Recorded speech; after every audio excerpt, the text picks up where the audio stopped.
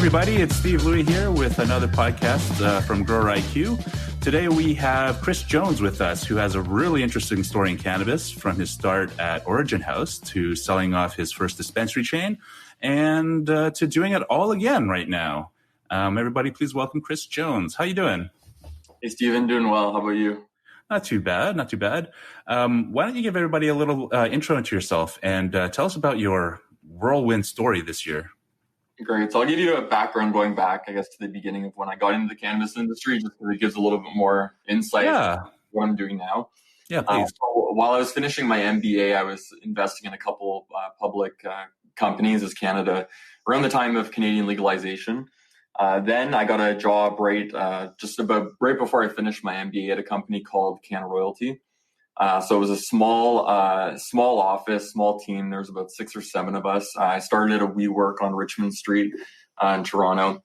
And our company was focused on acquiring and investing companies primarily in the U.S., pretty much only California.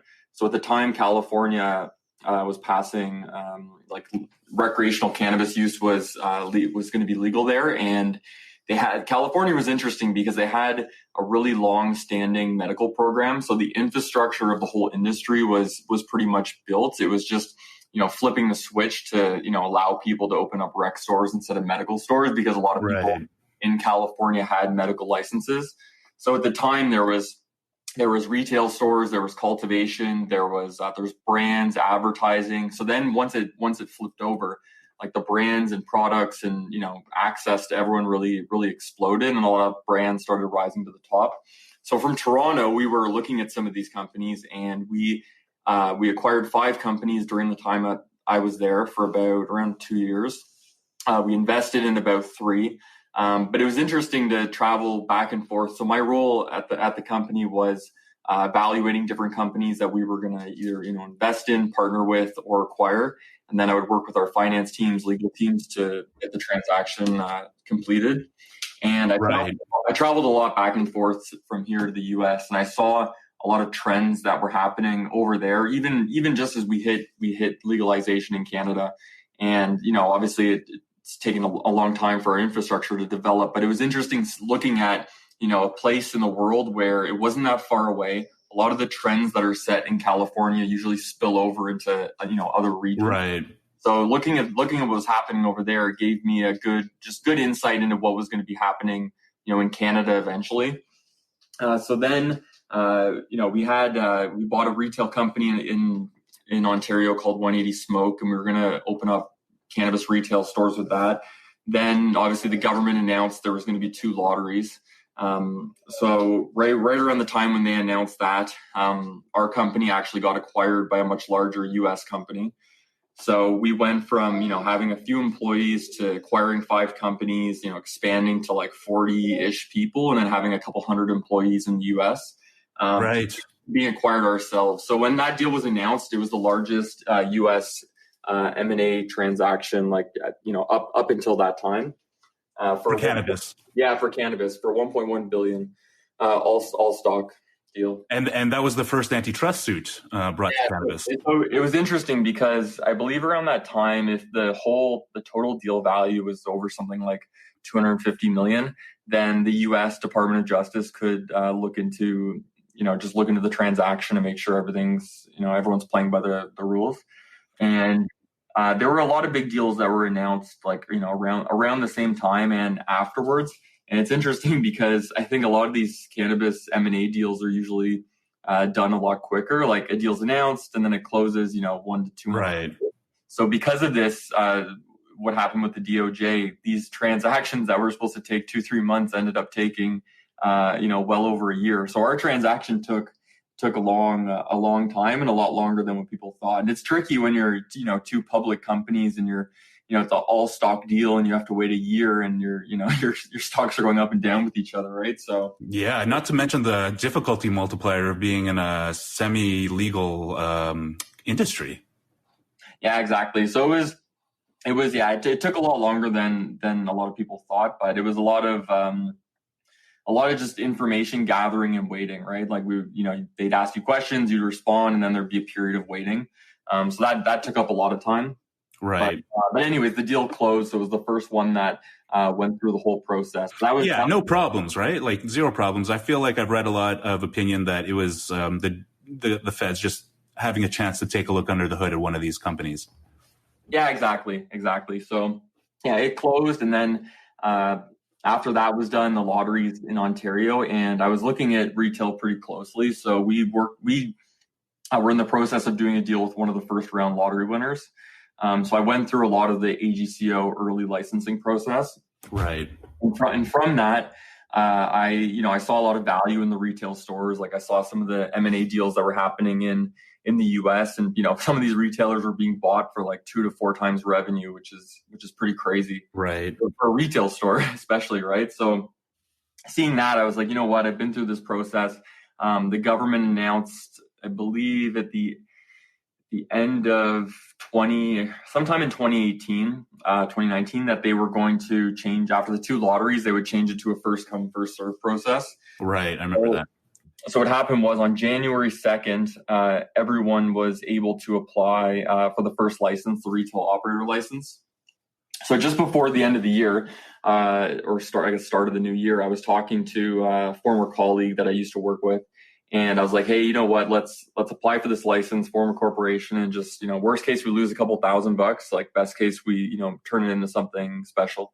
So we formed a corporation, applied for the first license. We got it pretty quickly. So we got it sometime, I believe it was in February. So just a month after we applied, which is pretty quick compared to like, I know people that are still waiting to get it today, from they applied that date. So, oh, dang. Yeah, so we got it pretty quick. Obviously, having a very simple corporate structure, like 2 partners, right? Like no other shareholders. Very clean. Yeah, exactly. So we got it pretty quick. Then from that point on, we had a couple months where the government said on March 2nd you can apply for the second license. So the second one is the site-specific license called the retail store authorization. So basically, to apply for that on March 2nd, you needed to submit the application, fill it out, pay a $4,000 fee, and you needed to attach a lease to the application. Gotcha. So we had a couple months between, I guess, February when we got the license, in March, so pretty quick, where we needed to think of find a location, get a lease signed, or at least some sort of conditional offer signed. Think of a store name, like what we're going to call it, where is it going to be, and then who's going to pay for it, right? Just because open up a retail store, it is a lot of money, especially at the beginning. So for about a month, I was just looking around. Every contact I had, I was asking them, hey, I have this idea for a retail store. I can, I got my first license quick. I understand the licensing process, but obviously I don't have a very strong retail background, but I can make this work. So right. I asked a lot of people. Everyone said no. And then finally, I found one company who was interested in putting in some cash. So they saw the value of what we could bring to the table, and obviously they had cash. So we did a deal with them where we raised close to $1 million. Me and my partner, we got diluted down. And yeah, so I said to him, I was like, look, we have $1 million. We put nothing into this. Like, this is going to be fun. Right. So, yeah. So right when we got the cash, we were like, look, we need to find locations. We want to stay out of Toronto, because I was just like, I spoke to some real estate or some landlords in Toronto, and just the things that these landlords were asking for was almost criminal. Like, oh man, any examples? Oh, like $50,000 like non-refundable deposits, like oh geez, 6 months of rent upfront cash. The old cannabis tax, eh? Just craziness. And then even the rent per square foot, it just like doubles, triples, like just right. Just craziness. And meanwhile, just to set the context, this is all during COVID, right? Yeah. So like this was happening, just at the beginning, pretty much just at the beginning of COVID. So okay. So it was a very, very weird time, especially like trying to go out, see locations, like try and see people. It was very difficult to really do anything. So we decided to avoid Toronto. We were like, look, we only have $1 million. We can build maybe 1-2 stores in Toronto, or we can try and build many in, cheaper places and places that there aren't that many stores. So that was our plan from the beginning, just because opening up a store in Toronto, it's the people we're up against have a lot more cash, and they have it just made no sense. So right. And Toronto's popular. I mean, we chatted about this. There's like 5 cannabis dispensaries that have opened up within 2 kilometers of my house in this last year. And well, heavy competition. Yeah, looking at it now obviously is very different than looking at it then. Like at that time, there was only like 40 stores that were. I don't even think all 40 had their license. So it was. Right. It was 25 winners from the beginning, and then I think there was around 40 from the second lottery. So there wasn't that many stores open. The market was still completely pretty much open. Right. And so we ended up putting in a few applications. We put in 2 for Barrie, 1 for Bradford, and then shortly afterwards another one in Innisfil. So we applied March 2nd, same time as everyone else. We got our first store open in June. So we got our first store open 3 months. Where was that one? In Barrie. So the first one opened in Barrie, so that store was the second one in Barrie to open. So basically we got the store completely built, staffed, and open in 3 months. Wow. From 2 guys with no retail background during COVID. So that's amazing. During COVID to boot, yeah. Yeah, exactly. So it was obviously challenging enough trying to open during COVID. So that store opened in June. The second one opened in July. The third one, the Innisfil store got licensed a couple weeks ago, and same with the 4th store. So basically 2 operational stores open, and four total licenses in less than a year. And most importantly, for very little money. Like the stores were built very, very cheap. Like people nowadays right now are spending upwards of, I'd say 300,000's low. So 300,000 to like 2 million people are spending right now on stores. And I don't even know what that includes. Like, I don't know if that's just like the floors, the ceiling, the walls, like the fountains and I don't know what it includes. Right. So right. Our stores were built for all around, probably less than, I believe, 100,000 each. So we built them for cheap. What was the footprint of your stores? Or what is the footprint? They were medium to large. So the first one, it was an interesting time as well, because getting leases from landlords at that point in time was still very difficult. Right. Especially because just, 2 guys that want to open up a cannabis store in your town. It was a much different time than it is now. So it's much more difficult to get leases back then. Now it's still difficult, but, easier in a way. People have gotten used to it. Yeah. So the first store, it was a little over 1,000 square feet. The second one was 2,400, but it was it had an upstairs as well. So that place was huge. Wow. The third place, a bit less than 2,000, and the 4th place, around 2,000 as well. So pretty, I'd say medium to large. Right. But they're doing well. So the first store, I believe, when their financials came out, just because the company that invested in us was a public one, so their financials come out. So that store, I believe, was on a run rate of 5.5 million. And then the second store was around 3.5, I believe. And then the other 2 are obviously TBD. They just got licensed recently, but pretty good for, 2 guys with no retail background during COVID, while we were both, we were also balancing our full-time jobs as well. Day gigs. A lot. Yeah, so we're both working full-time as well. Yeah, that's incredible. And good for you. I feel like a lot of people went the opposite direction and calmed down during COVID, whereas you amped up and punched through and got all this done during that period. So that's pretty amazing. It's an interesting time. I think a lot of people, right now is, with COVID, it's terrible for a lot, but there's, a lot of business opportunity for some, right? So absolutely. It was the timing of us doing everything was very important to its success. There are people who applied for stores the same time as us and still don't even have them open today. And so basically, leading into what happened with the business was, my partners made me an offer over the summer to buy my shares of the company, and I sold it to them. So that deal closed almost at the end of this September, so fairly recently.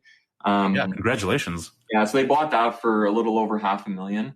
So then from that, I just from speaking to customers, being in the store, seeing the evolution of all the stores and how everyone tried to open up stores in Toronto are just getting destroyed right now.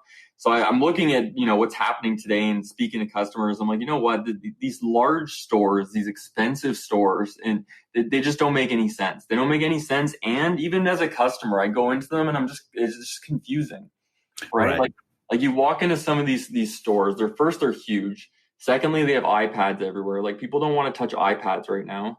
Right. Yeah. And if you do have an iPad out, that means you have to have an extra staff member just standing there all day with a little squirt gun, like spraying the iPad with sanitizer and wiping it all day. So each iPad needs more employees, right? Yeah. Then just the layout, like you walk around these stores, there's menu boards on one side, menu boards on another. They have 200-300 SKUs. It's very confusing and complicated, and I don't think it's very consumer friendly how a lot of these stores are built and how they come off. Right. So from seeing that, I was like, you know what, I have a much better way that I can provide a legal cannabis retail store, and the customer service and the interaction and just the speed. So my plan right now is to open up a chain of, I'm in the process of it, but a chain of tiny or very small cannabis retail stores. So my first location is going to be in the queue for licensing very soon. I just got all the cameras and everything recently installed. But this whole store is 353 square feet. The washroom, just keeping in mind, so the washroom takes up about 100 of it. So washroom's actually pretty big in this location. So the actual retail square footage, like retail space for customers, is probably 100 square feet. It's very small. Right. So, yeah. I think that's perfect. That's what the industry needs. When I go to these dispensaries, like both south of the border and up here, I feel like most of the money, a lot of money is spent on aesthetic, making things beautiful and Apple Store like, etc. The size is also part of that aesthetic, and so they make these gigantic stores where they have some, but very little product on the floor. And so like in retail, you have an idea of sales per square feet. And a lot of these guys have poor performance because they just have so much space not doing anything for them.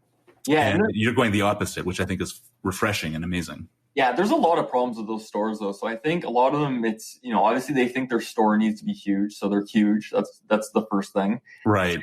And they're just way too complicated, and they spend money on, like, I went into a store once that had a waterfall, and it's like, who's paying for that? Right. Exactly.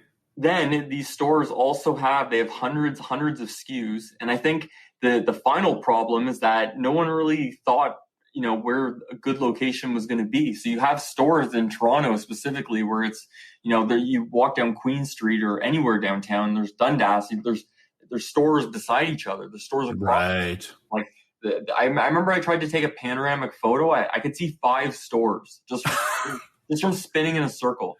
It's crazy. I mean, that's endemic of Toronto though. And I feel like a lot of the major cities, especially in Canada. Yeah, so I don't know. I think a lot of people just wanted to open stores in Toronto just to say they have a store in Toronto, but I don't think those people are going to make money. So I've definitely run into those guys. I don't know about you, Chris, but I've definitely run into guys in conventions and trade shows and whatever in the business.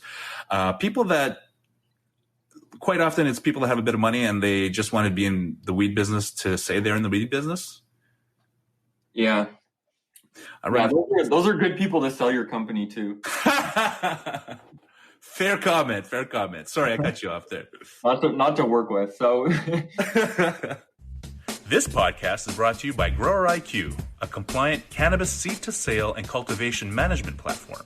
The first platform to integrate all facility systems like sensors, controls, QMS, and ERP, all into a single interface.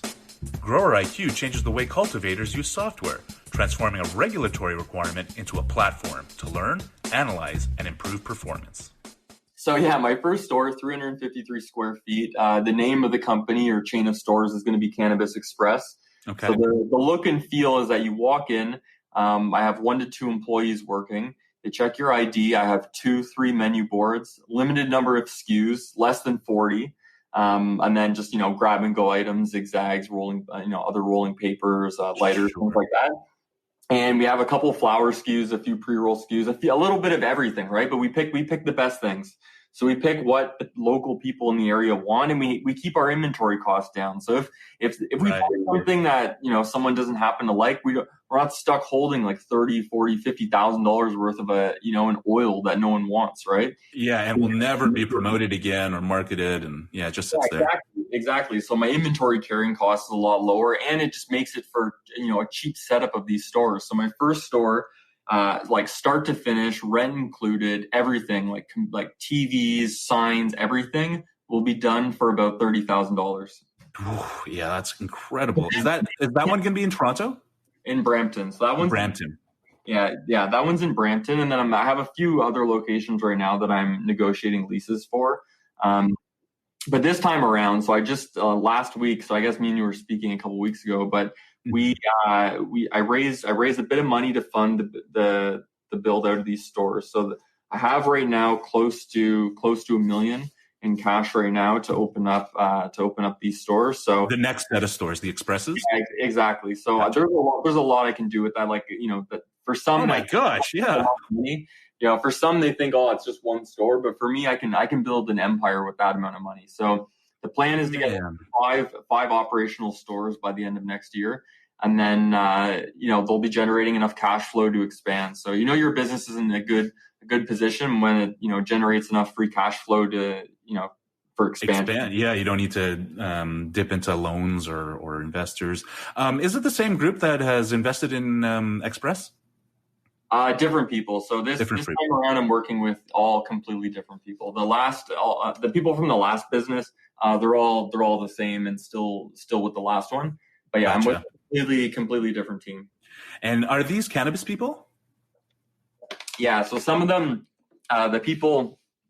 So the one person that I'm working with more operationally, he has more of a cannabis operations background, and then the others are more silent investors who can be helpful. They give input when right outside of the retail cannabis sort of. Yeah, exactly. Just right. People. Yeah, just investors who want to. They'll help out, but they're not going to be in the store checking IDs. Gotcha. Yeah, no kidding. Maybe they will be. I'm gonna invite them to the grand opening. So they actually will come. I know they'll come. Yeah. I mean, that's a great investor that'll come in, check IDs. Yeah, you have to get in the weeds. Like there's a lot of people who are just so disconnected from the business. Like they're not in the store. They're not talking to customers. They're not seeing what people like. Like you really, the best person at the company to get advice from is the bud tender, right? They know what guy. Yeah, exactly. And if you're not there in the store day to day, like working with meeting the customers, meeting the suppliers, getting feedback from, just from everyone, right? Even our employees, they provide really good feedback on an assortment of products. So right. If you're not in the store, that's also another problem. Another big problem that people have is they're very disconnected from the business. Like they're either, they go to the store once a month or they don't even live here. Right. Yeah. How can you manage it if you don't know what's going on there? Yeah, exactly. So I wanted to ask you, during COVID, cannabis has, the consumption in Canada and the US has increased, sales have increased, legal, side, and I believe on the legal side as well. But the legal side continues to take a bigger and bigger bite out of the illegal market. From your retail POV, what do you think needs to change for the legal market to really catch up and put the gray guys out of business? Yeah, well, one interesting thing happened very recently. So because of the lockdown in certain areas that just happened, I guess, at the beginning of this week, retailers are now temporarily again allowed to do curbside pickup and delivery, but only in the affected regions. So that came into effect a couple of days ago. So okay. This is the second time. So first, what happened in the summer was they allowed it for everyone, but only for about a month. Okay. So it was both temporary. I saw one retailer that bought 3 Teslas, and their plan was to do their unique like value proposition was delivering cannabis in a Tesla. So there are people like that. There are people like that, right? Then the government takes it away, and it's like, what do? You just sign up. Oh my god! You just bought like logistics delivery software. You have a 2-year subscription. You have Tesla. Like, what are you gonna like? I guess you could drive the cars yourself, but still. Or sell them, but like such a waste of time and money. Like that's exactly what we're saying about those the other retailers. So right now, I really hope that people don't go too deep into the delivery, sink too much money into it right now. So that's one thing that's happening. But you're right. That's a huge one. I mean, I think the fact that these legalized will deliver, and quite often in the city anyway, like within a day, within an hour, some places, it's very hard to compete if you can't do that on the legal side.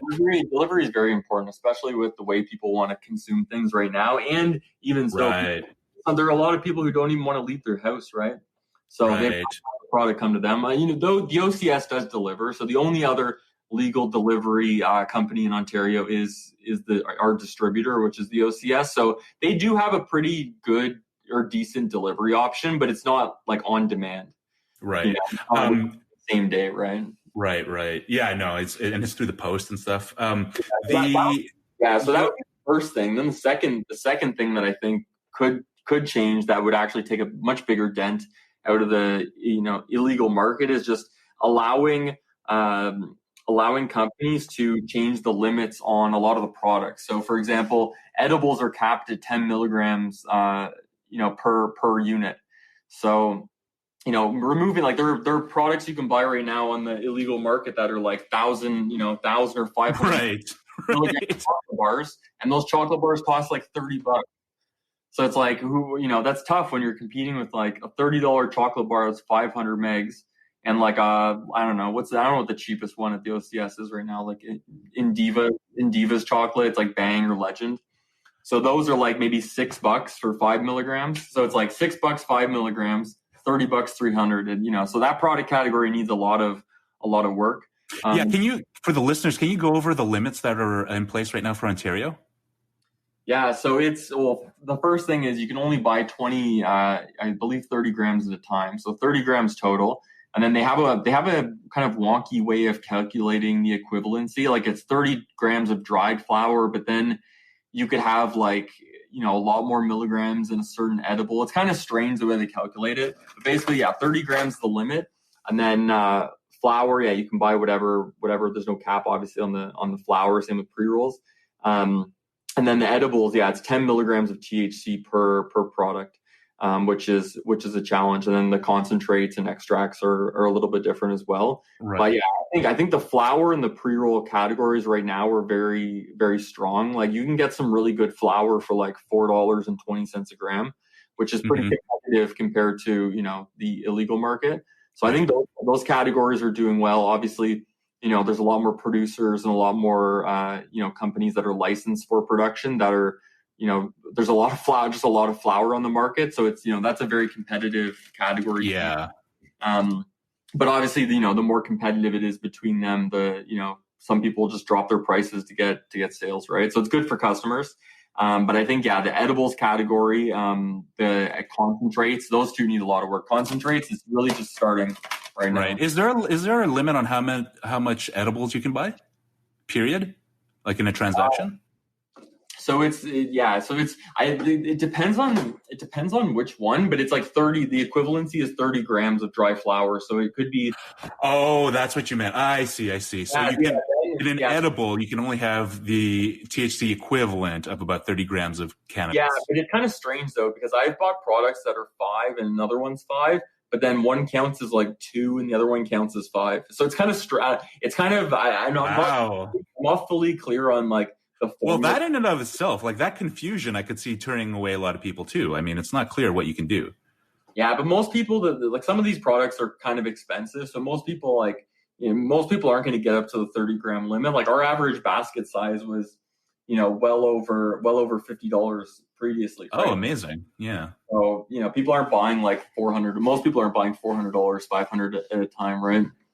Right. Yeah, that's fair. Those two product categories, I think, could use some work, and then obviously concentrates is a lot more new. That's a huge one. Yeah. Into the market, and then just generally speaking, like the total amount of retail stores. Like right now, obviously Ontario has a lot in queue to be licensed. I believe there's like 600-700, something like that, in Ontario. So there's 250 or 200 that are licensed right now. I don't know if all of them are operational. Probably like 70% are operational, 65%. Right. But just having access, right? More retail stores. Like, Absolutely. where I live, there's none around me. Do you have an idea of a number that Ontario should settle on in terms of number of dispensaries? I think if we look at LCBOs, which in Ontario, all our liquor sales is government is done through government monopoly, and the liquor stores have about, I think, 400 to 500 stores in Ontario, and provides 100% coverage. Do you think that number is feasible for dispensaries? How many did you say? Around 400 to 500.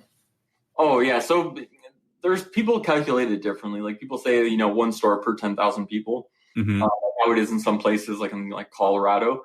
But if we did one per 10,000 in Ontario, we'd probably be around 1,450 stores. That's right. Maybe too many. But I think there's probably going to be like that. And I know the government's going to speed up the amount of licenses that they're issuing. So they went from 5 per week to 10 per week in this past September. Oh, wow. And I believe they're going to either double it or at least go up by another 50% in January, February. So by the end of 2021, there's going to be there could be 500-600 stores that are licensed. I don't know how many will be open, but there'll be many that are licensed to open. So.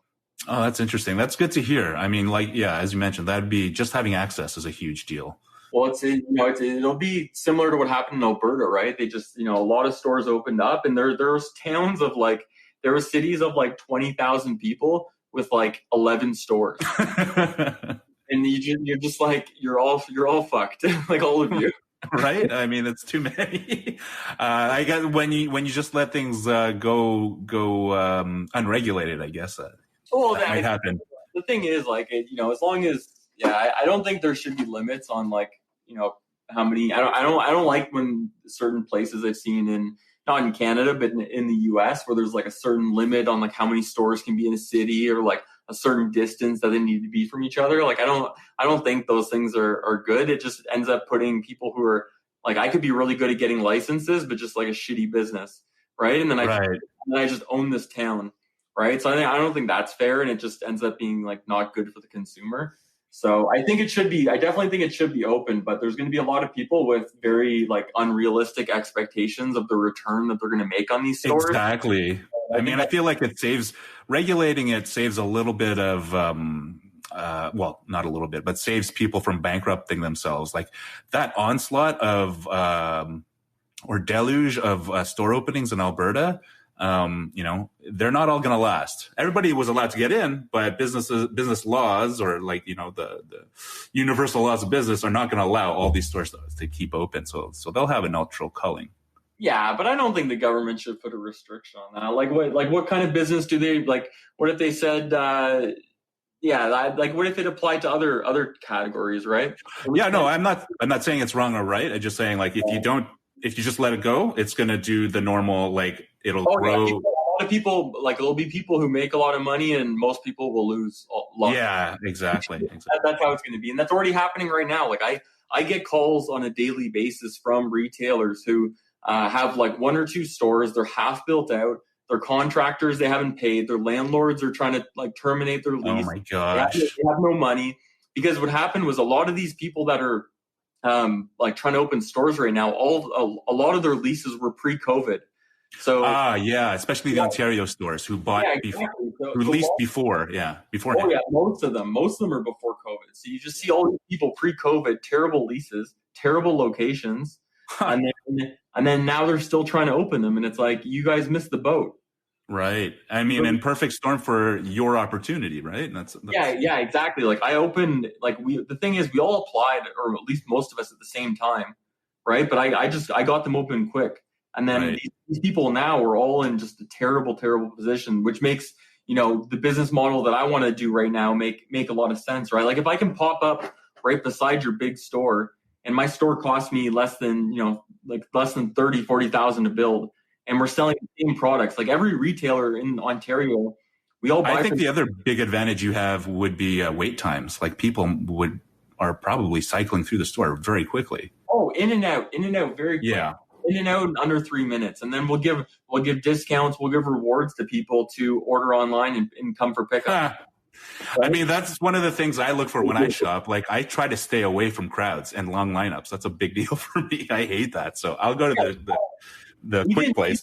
Even if the LCBO had that, like, how nice would that be if there was if there was a tiny LCBO near your house and you could just order online, walk over, pick it up. Obviously, they don't have 300-400 items. They're limited because they're they're a small space. But if they had all the good products you wanted, people are not going to go there.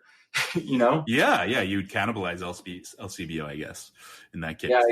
Yeah, exactly. So and looking forward as well, like one thing I was thinking about was just what happens when delivery becomes permanent and you want to have delivery hubs all over a certain city, right? Like maybe I don't even want to be a retailer in 2 years. Maybe I just want to have delivery hubs all over the city, right? So there's a lot more flexibility that I have in this business model than people who are spending over $500,000 to open up just one flagship store in a certain area, right? Like they're putting all their eggs in one basket.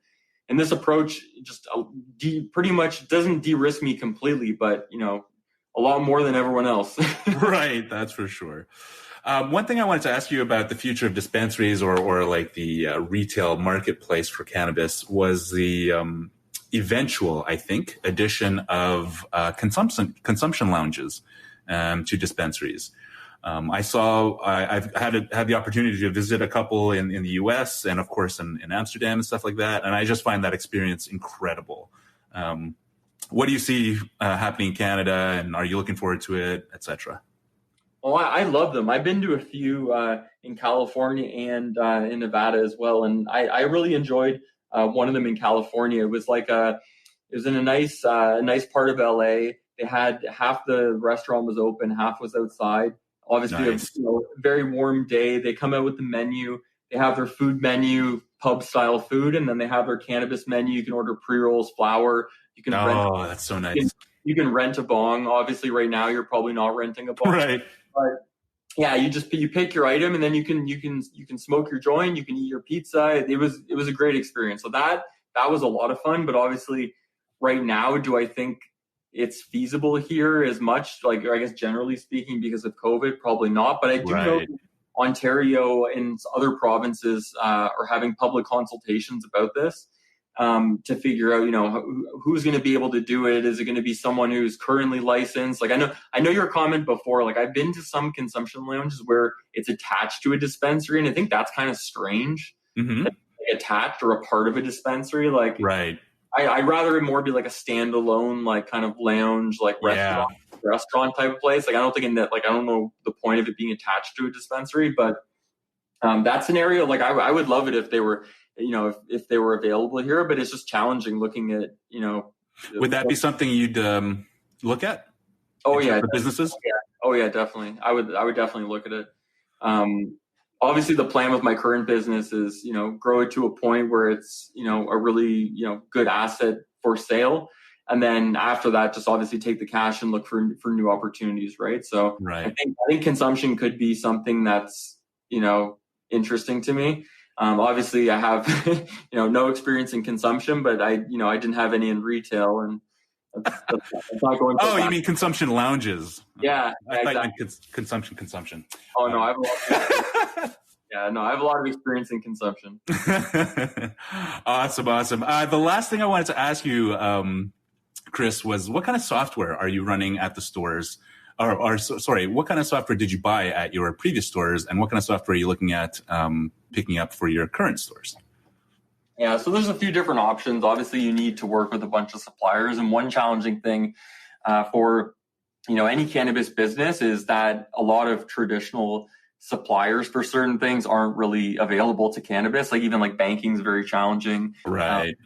As well. But in terms of suppliers, so for a retail store, you need obviously your point of sale software. Then if you want to do click and collect, like people come and do curbside pickup or they pick up in store, that's another software provider. If you want to have specially designed menu boards that integrate with your POS, that's another software provider.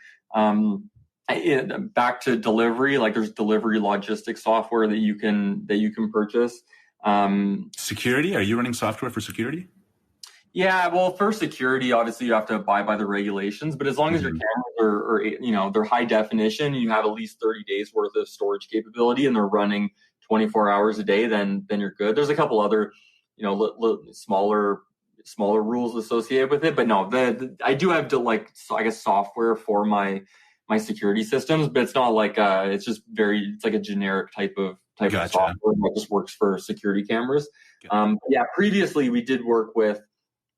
We had Kova for our POS, Dutchie for our click and collect, and then you also need a payment processor as well. So there's a lot of different software providers that you do need. But in terms of my stores right now, the POS I'm still deciding on. I'm negotiating with a couple companies for that deal. Oh, cool. My click and collect is Dutchie. I think Dutchie has a really good platform. I like them. Okay. And then for menu boards, I'm also negotiating that. So a lot of the contractors and people I'm working with this time around may be different than the last time, just because I learned the ins and outs of who's good to work with, what's right, and what doesn't fuck up when you need it. So yeah. Some of my providers I am going to be changing, and then the ones I am staying with, it's definitely those are going to be more attractive deals than the last ones I made. Gotcha. And how has shopping for that software been? Like, is there a lot of names? Are there brand names surfacing now, or? Yeah, there's every month, every week, there seems to be more service providers that pop up. But in terms of how many real options someone has, I'd say there's probably 3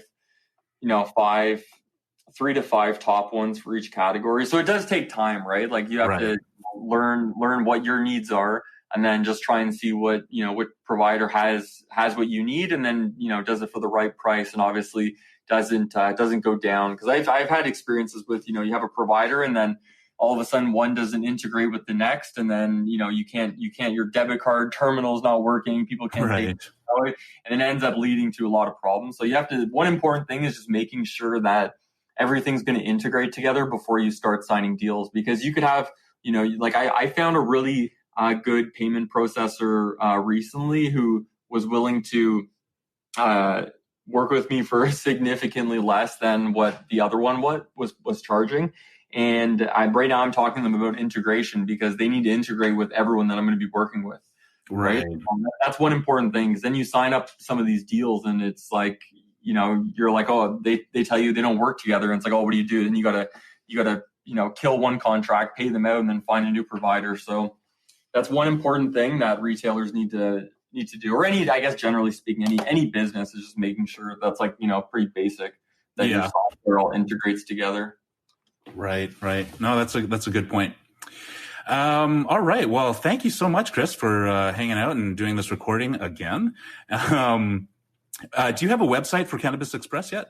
Yeah, it's up right now. We're still tweaking it, but it's www.cannabis-xpress, but with an X, xpress.com.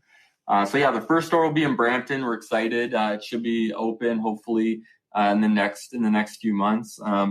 We got to build pretty quick and inspected. So we're excited for that one. And then, when are you targeting for that one to be open? I can't say the exact date as of yet, but just okay. In the new year, and obviously before summertime. Okay. So yeah, that'll be the first one, and there'll be a few more that'll be announced in the next. Awesome. So everybody in the new year, go visit Chris in Brampton at his new Cannabis Xpress. Chris, thanks so much. Perfect. Thanks a lot, Steven. All right, take it easy, man. Bye.